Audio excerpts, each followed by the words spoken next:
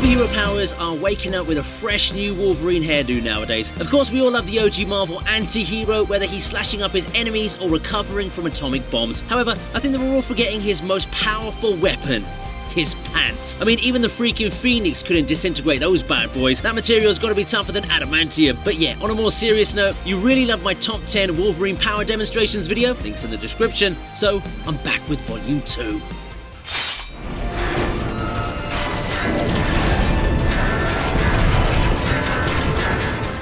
It's always nice to begin a list with an origin story. The Wolverine's busy beating the shit out of his bro Sabretooth, and just when it looks like he's gonna Will Smith his ass, Gambit shows up and allows Victor to make his escape. Of course, Logan ain't about peaceful living, so he faces off against the unwelcome intruder and gives him a serious run for his money. The dude tries to escape using a drop-down staircase, but that's of no use as Wolverine casually slashes it apart with his new adamantium claws. The effects team added a nice touch to the scene with the sparks, and the pacing of his attack is well done as well. No, seriously, the editing was simply just mwah. Okay, I gotta confess, I was really hyped for the Gambit movie too, but I guess Channing Tatum's already bearing the brunt of that disappointment. That's a nice stick. Don't do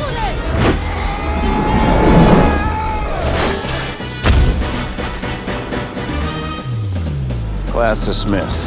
Who doesn't want a brooding Australian hunk as their mutant combat teacher? Logan oozes the kind of masculinity that would even make straight guys question themselves. Not me though, I'm all about the ladies. Okay, I digress. Back to the scene in question. Logan's kind of fed up with the way his students are performing in a battle simulation, but things get worse when Storm destroys his last cigar to save him. That's when he decides it's time to show off, and he orders Colossus to just swing him into a gigantic robot. He gives us all a nice still for the camera before he absolutely demolishes the illegitimate love child between the Terminator and the Iron Giant. To top it off, the Swag Master poses next to the robot's decapitated head and says, Class dismissed. "Now, that's what I call a money shot." No, not that kind, you sick freaks.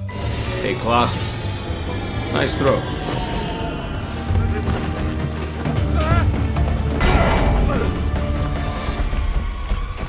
Sometimes Logan likes to show off, and other times his opponents help him with it. I'm all about body positivity and stuff, but you're lying if you weren't shocked to see how massive Fred had become. But yeah, long story short, Wolverine takes him on after the giant acts like a Gen Z snowflake by getting offended when he calls him Blob. Obviously, simple punches don't do shit to his millions of layers of fat, but when the Blob tries to flex his own strength by headbutting Logan, he accidentally ends up showing us how strong his adamantium skeleton really is. The Wolverine latches onto the advantage and owns the rounded villain after that. Yeah, it's not an ideal way to put your powers on display, but hey, it made for great comic timing and further cemented Logan's status as a hardcore badass.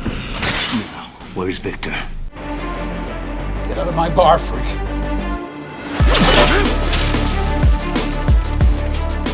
It's never a good idea to get into a confrontation with the Wolverine, and 20 plus years of X-Men movies have pushed that point even further. Of course, it all started off with the OG X-Men film back in 2000, which now seems like a generation ago. Oh shit, that's a fact.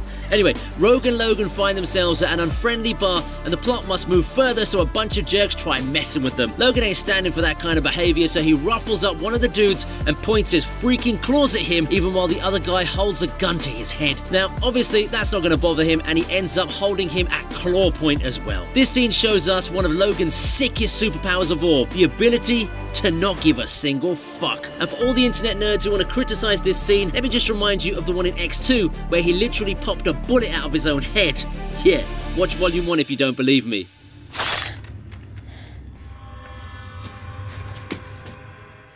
Two hands.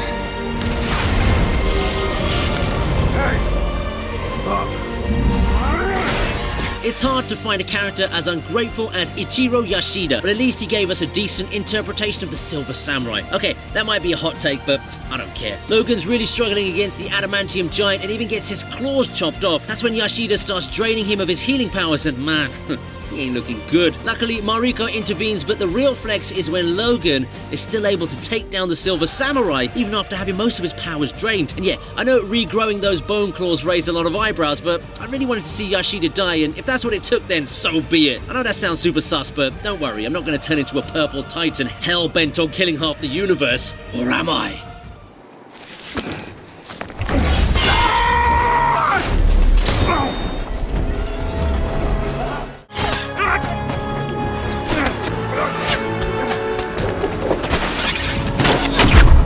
Okay, I know he doesn't come out on top in this battle, but man, that dude can sure take a hell lot of damage. The Black Ninja Clan does their best to stop Logan, but they clearly haven't seen any of the X-Men movies, so they don't know what's in store for them. The Wolverine continues to take damage as he kills the warriors one by one and even absorbs a tanker explosion in the process. Yet Hugh Jackman looks good regardless of whether he's kicking ass or having his own ass kicked. The scene ends with Logan finally dropping down after being loaded with poisonous arrows, but dude, just look at the number of arrows. It's insane to consider that it took that much poison to knock him out for a little nap, and that's a true show of dominance if you ask me.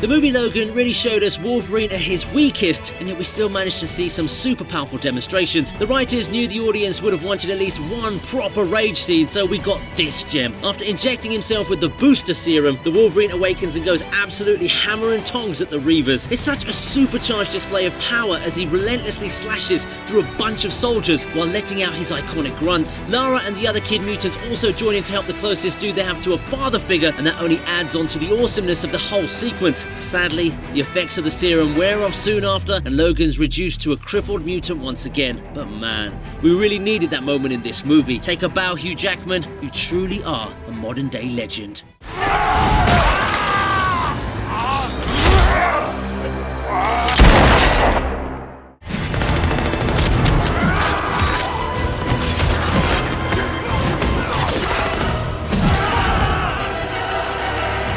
I've got a lot of thoughts on X-Men Apocalypse, and Wolverine's little Weapon X cameo is easily my most positive one. After Jean Grey and Scott Summers realise that their only way out of the tricky situation is to provide some fan service, they go ahead and free the one and only Wolverine who's being held captive in Stryker's secret hideout. The dude's obviously pissed and confused, considering his memories are in a mush, so he slashes through Stryker's men like he's slicing up some vegetables for his spaghetti and meatballs. Luckily, his rage doesn't extend to the kids as Jean restores some of his primary memories, so he leaves them alone and wanders off into another franchise plot hole. Yeah, I don't think there's any point criticizing the movie anymore. I was just happy to see Logan in action again.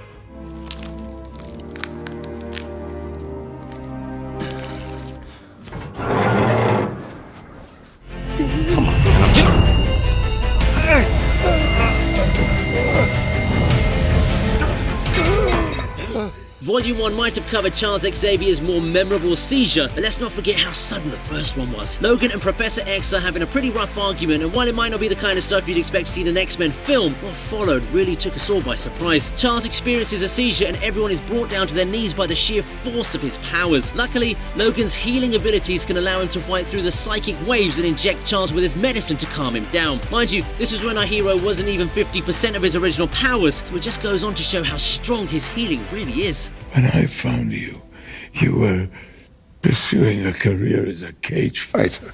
You were an animal.